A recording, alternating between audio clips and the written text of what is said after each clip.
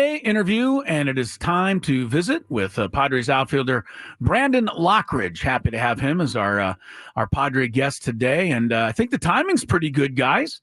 Brandon, I mean that hit the other night kind of sealed the victory over the Angels in the eighth inning there, and I know every player wants to contribute. That had to feel pretty good standing on first base after driving in those two. Yes, it absolutely did. It's always a great night when you can contribute to this team and help a win. So it was awesome. Locke, I got to ask you, man, your first season really playing this role at the big league level, and you seemingly have adjusted very, very well. Getting some of that consistent playing time in there, I'm sure, helped before you went down with the injury. But how have you felt like you've adjusted to this role and getting yourself ready each and every time you may need to get into the game? Yeah, it's definitely, I guess it's just a bit of comfortability that just comes with the experience, Last year, getting a little taste towards the end of the season and, games that were obviously extremely meaningful. I feel like that really helped me adjust to, the start of this season, just kind of being around the guys and seeing how everybody went about their business. We had a very professional team that, just did things the right way last year. And it's really helped guide me in, how to prepare each day, kind of the mindset to come into each day. And, the level of comfortability I have, grown into this year has really helped me. So. Yeah, Brandon Lockridge has been a big part of this Padres start to this season, and I have a feeling you're going to be a bigger and bigger part. Brandon, I have an interesting thought, and I don't know if I'm right. So if not, just tell me that I misread the situation. You visited with us in spring training down in Peoria. We sat down outside there on the benches, outside the little cafeteria there. Anyway, we had a great conversation. We talked to you about making the team. And you said, if I recall, that you thought you had done everything possible to make the team. You were excited about it. You felt like you'd given it everything you could. But you also said, I hope that they noticed, kind of thing. That's what you were. And my point is, I don't know that you 100% really believed your name was going to be on that opening day roster until it was. Is that kind of where you were at that time? And what did being on that opening day roster mean to you? Yeah, absolutely. I was extremely hopeful. I knew I could sleep at night knowing I had done about everything that I felt like I could do as a player. And at the end of the day, that's, whether that's in my preparation and, my actual play on the field, that's really about all I can control. So, to be told that morning that I made the opening day roster, it was, rather emotional to say the least. But, so full of excitement and, it was just an incredible experience in general. But, I would say I thought it was 50-50. Like it could have went either way. We had an unbelievable competition for, the couple spots that were available. And, I was just super thankful that, they recognized my play in spring training and rewarded it. And, obviously nothing's given. So, you got to earn it every single day. And, that's kind of my mindset going forward. So. Brandon Lockridge joined us, Padre outfielder, having a good season with this ball club right now. Lock, I mean, take us through a day, right? Let's take us through a day in which you're not going to start. What is the prep like? What is the prep like during the game? And then take us through a game where you're going to get a start, and how does that differ? Yeah, I would say it's basically it's definitely two different preparations. Like when I need to be locked in for a night coming off the bench is a little bit different than when I'm starting. Obviously, I try to prepare the exact same way when I get to the field. It's just kind of a mental focus. I'm more so on days where I'm not starting, I'm more so looking into bullpen arms.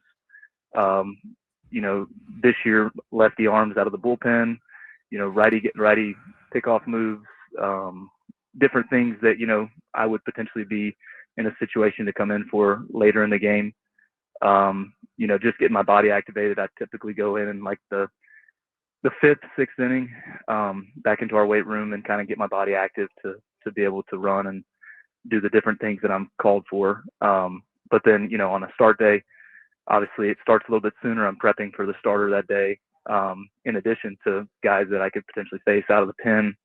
and just basically get my mind squared away much sooner in the day because I need to be ready from the first pitch of the game as opposed to, 6th, 7th inning.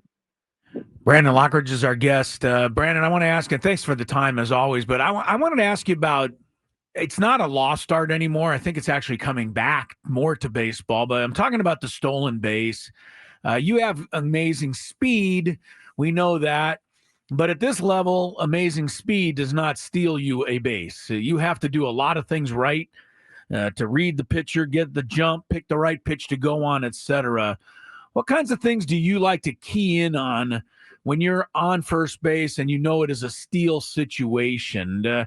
Does every pitcher something different, or do you look for the back foot to go up or down on a right-handed pitcher, lefty? How do you read those things?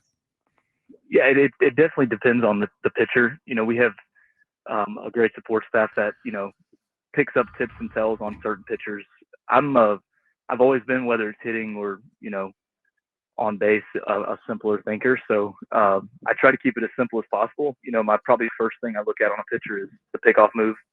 So if the person has a, above average pickoff move, then my lead length is obviously going to be shorter. So, on certain guys that have, lesser pickoff moves, I can get bigger leads and, be more aggressive on the time. So, that'd probably be the first thing that I, key in on. And then, whether he's a rhythm guy, sometimes you can get guys a little bit fraction of a second better jump based on a rhythm that he does consistently. There's certain things that lefties do, that they don't even know they're doing that, is brought to my attention. So it works out a lot. A lot of the times there's something on just about every pitcher if you watch the game and pay close enough attention that, you can pick them apart to increase your odds of being safe. And then from a, honing in on the pitcher, I've never been like as much a person to look at one specific body part. It's always kind of been a soft focus. I feel like I react better, with a soft focus, kind of analyzing the whole, his whole body. You can kind of see a lean sometimes, just a ever so slight lean before they go to the plate, and that can give you that fraction of a second to, between out and safe on the back end of the steal. So there's a lot that goes into it. I've kind of adjusted over the years on what helps me, but those are, for the most part, that's kind of how I evaluate every pitcher when I'm on base. So it's one of the first things you learn from a vet on a big league team is watch the game. When you watch the game, it teaches you so much just from watching. Brandon Lockridge joins us here. And Brandon, last one for me. You get an opportunity this year to watch some pretty good hitters in this lineup, from Toddy to Arise to the way Manny's swinging it this year. Are you able to kind of pick some things up from those guys just from watching and being in a cage with them on a consistent basis? Oh, absolutely. I mean, this is an unbelievable group. I'm so fortunate to be around this many veterans and this many guys that have played the game at a high level for a long time. There's so much to learn every single night, and it's amazing how receptive all these guys are to, my questions. Like, I post game, I'll be asking Toddy. There was a situation, I don't remember, it was maybe a couple weeks ago where, he was down 0-2 and he got like a fastball up and in off the plate that he turned on for like a line drive homer and an 0-2 count. And, being the kind of hitter I am, I was telling him after the game, I'm like, what were your thoughts there? Like, if I swing at that, I'm either fouling it off or I'm picking my thumbs up out of the batter's box afterwards with 2 strikes. You hit it 110 for a homer. And, at the end of the day, obviously Tatis is a different in a different category of hitter than most guys in the entire league. So, hearing his approach though, it was amazing. It was so simple. He was like, look, at that point, I'm down 0-2. I just tried to get started a little bit sooner and be really short to the baseball.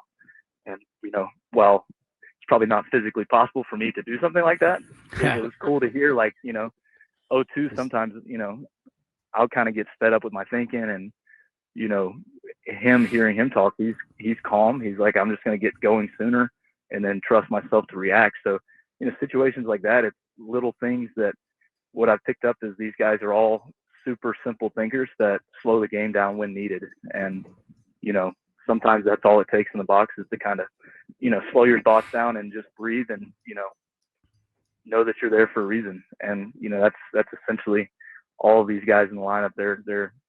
It's almost overly simple when it comes to talking approach with these guys. And it's something that, I'm trying to incorporate in my own game more going forward. So.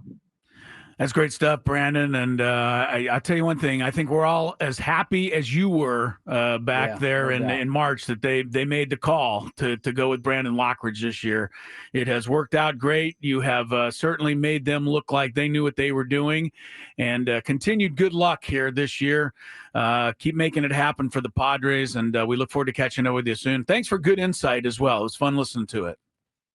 Absolutely. Thank you guys for having me. This is awesome. You betcha. Take care, Brandon. That's what I like to hear when they say it was